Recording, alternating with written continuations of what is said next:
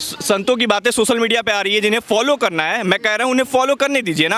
अगर जिनको प्रॉब्लम है, जिनको लग रहा है कि उनके चरित्र में दोष है, उन्हें सबसे ज्यादा मिर्ची लग रही है। आप देख, उन्हीं को मिर्ची लग रही है जिन्हें सबसे ज्यादा प्रॉब्लम है इससे। जो लड़कियों को इज्जत देनी चाहिए थी, महाराज जी उनकी इज्जत डाउन कर रहे हैं। अच्छा, कुछ दिनों बाद जब सूटकेस में मिल रहे हैं, जब फ्रीज में मिल रहे हैं, तब उनका सामना किससे हो रहा है? उनके पेरेंट्स से हो रहा है, सरकार से हो रहा है, पुलिस प्रशासन से हो रहा है। तब वो चुप हो जा रही हैं। क्यों?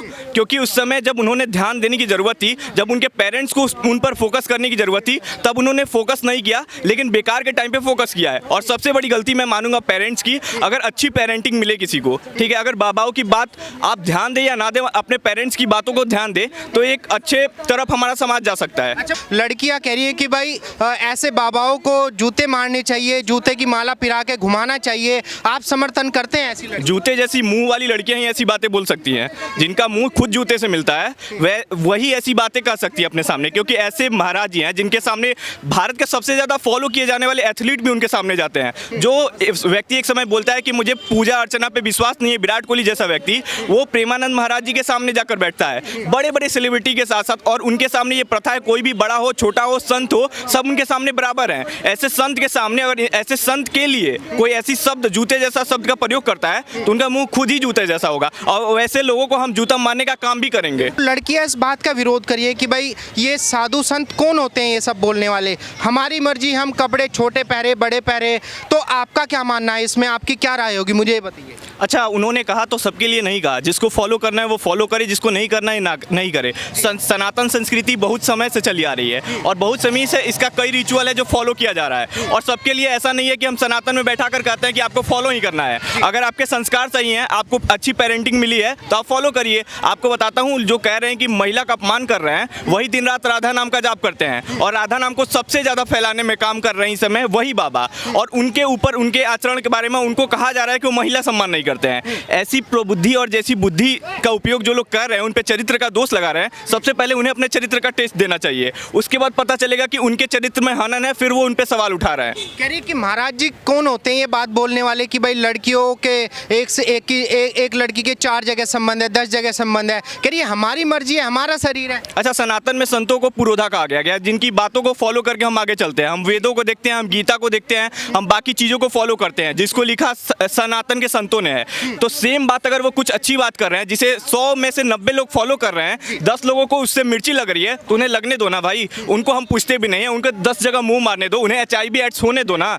हमें उसको फर्क नहीं पड़ता है। लेकिन प्रॉब्लम उन्हीं को हो रही है ना, जो 10 जगह मुंह मारने वाले हैं। लड़कियां कह रही है कि भाई मेरा शरीर है, मैं 4 के साथ में संबंध बनाऊं या 40 के साथ में बनाऊं। महाराज जी क्यों बोल रहे हैं इस बात को? ठीक है, वो कितनी के साथ भी मुंह मारा है, लेकिन उसके बाद जब HIV एड्स हो रहा है, उनके परिवार परेशान हो रहे हैं, उसके बाद सरकार परेशान हो रही है, उसकी जवाबदेही कौन तय करेगा? आप बताइए ना। पिछले साल से, यानी पिछले 10 सालों से वर्तमान के केसेस HIV एड्स में इतने ज़्यादा क्यों बढ़ रहे हैं? क्योंकि इस समय 10 जगह मुंह मारने की प्रथा हो गई है। अगर आप लिव इन में जा रहे हैं, अगर आपको सिक्योर फील नहीं हो रहा है, आप उसके बाद जब एक बार रिलेशनशिप में आ जाने के बाद छोड़ते हैं, तो एक की तो लाइफ बर्बाद हो जाती है। उसका जिम्मेदारी कौन लेगा? लड़कियां ही खुद जाके उसी के बाद रोने लगती हैं कि मेरे साथ क्या होगा, मैं कोर्ट में भी नहीं जा सकती हूँ, मेरे पास कोई फिजिकल एविडेंस नहीं है।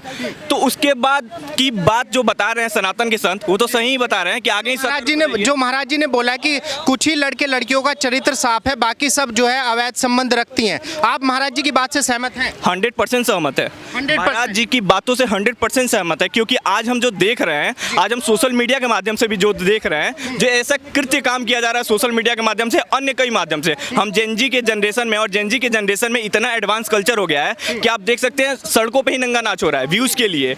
तो आप अगर इस समय सकारात्मक रूप में उसको नहीं लेंगे, अगर सही नहीं करेंगे, तो ये व्यूज़ का गेम आगे बढ़ते जाएगा और निगेटिविटी इसके साथ बढ़ती जाएगी। कह रही है कि भाई मैं कितने लड़कों के साथ में संबंध बनाती हूँ, ये तो मेरी मर्जी है ना। साधु संतों को अपनी कथा तक सीमित रहना चाहिए। हाँ, तो ठीक है, अपना एक कोठा खोल ले, कोई दिक्कत नहीं है। संत उन्हीं को बोलते हैं जो उनकी बातें सुनते हैं। कह रही है कि भाई शादी से पहले टेस्ट ड्राइव तो बहुत जरूरी है। शादी से पहले टेस्ट ड्राइव कर लो और शादी के बाद HIV एड्स फैलाओ, ठीक है? यही सिंपल सा फंडा रह गया आजकल के समाज। टेस्ट ड्राइव वाले कल्चर को आप सपोर्ट नहीं? एकदम सपोर्ट नहीं करते हैं टेस्ट ड्राइव के कल्चर को। अगर आप टेस्ट ड्राइव के कल्चर को अपनाना चाहते हैं, आप कितनी जगह टेस्ट ड्राइव करेंगे। आपको टेस्ट ड्राइव करने की कोई लिमिट है? आपने कोई फंडामेंटल यूनिट बनाया हुआ है क्या कि उसके आधार पर आप टेस्ट ड्राइव करते जा रहे हैं? आपके पास कोई लिमिट्स नहीं है। आप एक बार किसी चीज़ में कूद रहे हैं तो आपको पता नहीं चलेगा कि आप कहाँ जा रहे हैं। आप जाते जा रहे हैं, आपकी वीडियोज आ जा रही है। एक गाड़ी भी लेने जाओ 10 लाख रुपए की तो वहाँ पे भी चला के देखते हैं, वो तो जीवन भर का साथ है।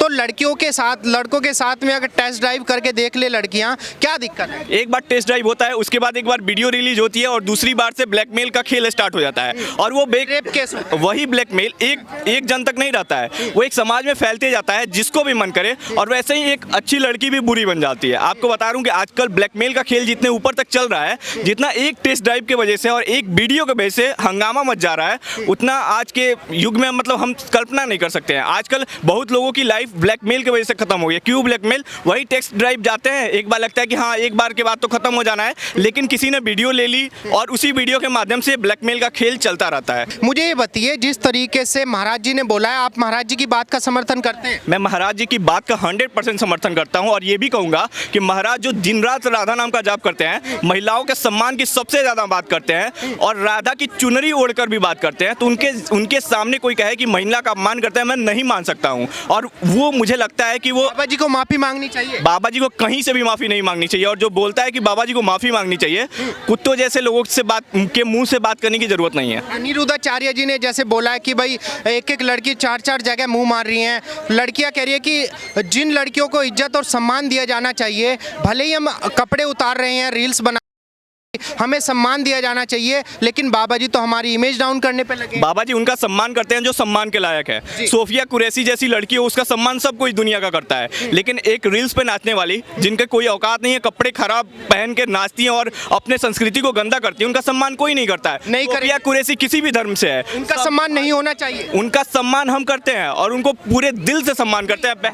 जो लड़कियां कपड़े उतार के रील्स बना रही हैं, कपड़े पहनती बिरिया रील्स बना रही हैं, शॉर्ट्स कपड़े पहन रही हैं, उनका सम्मान होना चाहिए या नहीं होना चाहिए? जो अपने नंग प्रदर्शन कर रहे हैं, उनके सम्मान की बात हम कहाँ से कर सकते हैं? उन्हें तक उनके पेरेंट्स को उन पर ध्यान देना चाहिए। मेरे ध्यान देने से वो नहीं सुधरने वाले हैं। उनके पेरेंट्स उन पर ध्यान दें। और सबसे बड़ी बात है कि गलत पेरेंटिंग की वजह से वो उस रास्ते पे जा रही हैं। कि लड़के रात को तो रील्स देख लेते हैं हमारी, और दिन में आके ज्ञान पेलते हैं। लड़के ज्ञान पेलते हैं। मैं तो कहूँगा कि बाबाओं की बात सुने वो और अपने ध्यान में लगाए, और नहीं ध्यान में लगाना है तो अपने काम को शुरू करें और स्टार्ट करते रहें। आगे जाके जब सूटकेस में मिलेंगी, फिर बाबाओं के सामने, फिर पुलिस प्रशासन के सामने और फिर सरकार के सामने ये मुंह खोलने की जरूरत नहीं है कि हमने ये किया, ये नहीं किया। सबसे अच्छा काम किया था उत्तराखंड सरकार ने। जब उसने सीए लाया तो उन्होंने लिव इन रिलेशनशिप में कहा था कि आपको रहना है तो आपको अर्जी देनी पड़ेगी कोर्ट में। क्यों होगा? क्योंकि अगर आगे चल के आपका पेरेंट्स, आपका मतलब पार्टनर मुकरता है तो फिर आपके पास एक एविडेंस होगा कि वो मेरे साथ था। आप उसके बदले मुआवजा लेंगे, मुआवजा नहीं लेंगे तो वो आपके साथ आएगा।